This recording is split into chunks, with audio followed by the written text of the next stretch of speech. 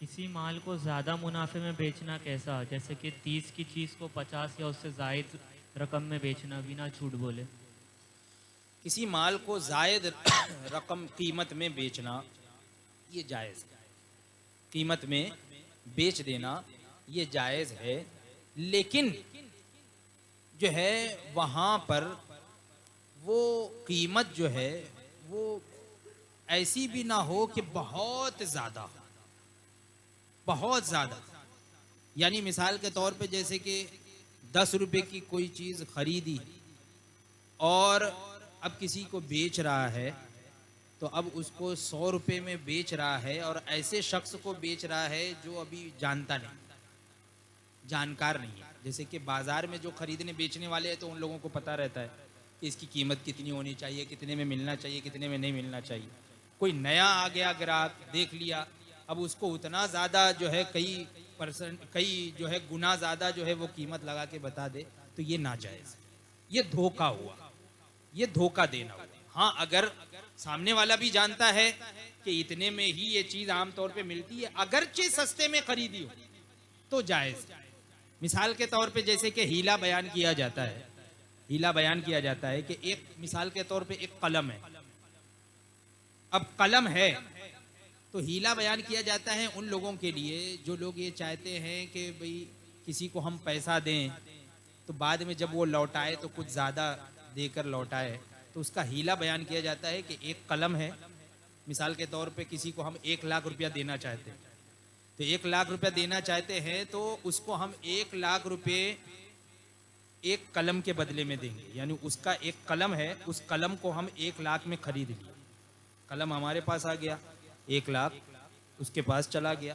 फिर उसके बाद मजलिस बदल जाए, यानी उठ के घूम फिर के वापस जब मिले ये लोग, तो मजलिस बदलने के बाद अब यही कलम थोड़ी देर में, थोड़ी देर के बाद यही कलम अब उसी शख्स को ये 1.25 लाख, 1.5 लाख, 2 लाख जितने में चाहता है उधार बेच दे कि लो ये कलम मैंने तुमको बेचा 1.5 लाख रुपए में उधार, महीने महीने तुम देना या जब भी देना। तो अब इससे जो है वो ये हीला हुआ, यानी ये हमने खरीदा और बेचा कलम को, लेकिन हीला हो गया तो इससे फायदा भी हो रहा है, तो ये हीला है। तो मैं ये अर्ज करना चाह रहा हूं कि अगर बहुत ज्यादा कीमत है तो उसमें भी कोई हर्ज नहीं है, लेकिन जो है तबीयत यही चाहती है कि आदमी धोखाधही से जो है वो काम ना ले। हजरत सैयदना श्री सक़ती अलैहि रहमत व रिज़वान आप जो है पारचा फरोश थे, यानी यूँ समझ लीजिए कि जो छोटे छोटे जो सामान होते हैं ना, सेकंड हैंड जो चीज़ें होती हैं, तो अलग अलग चीज़ें ये बेचा करते थे। आपकी दुकान थी, आपकी दुकान थी।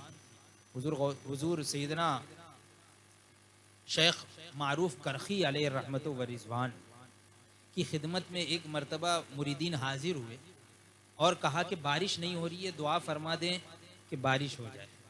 हज़रत शेख मारूफ करखी अलैहि रहमत व रिज़वान ने फरमाया कि मेरा एक मुरीद फ़लाँ दुकान पे रहता है, जाओ उससे दुआ करवाओ, सुभान अल्लाह। उससे दुआ करवा लो।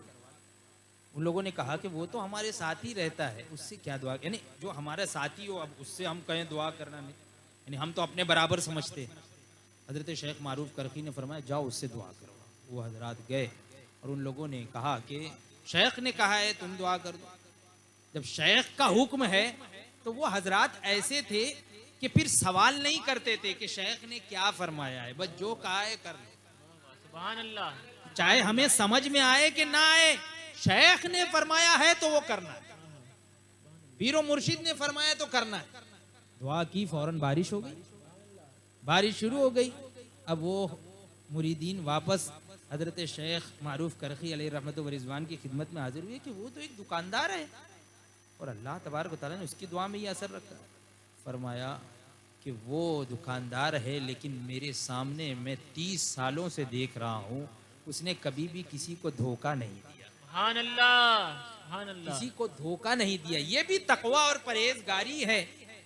फरमाते हैं हजरत श्री सक़ती अलैहि रहमत व रिज़वान खुद के एक मरतबा मैंने तिजारती सामान आया तो खूब ज्यादा आया, मैंने खरीद लिया, सस्ते भाव में मिल रहा था, मैंने खरीद लिया।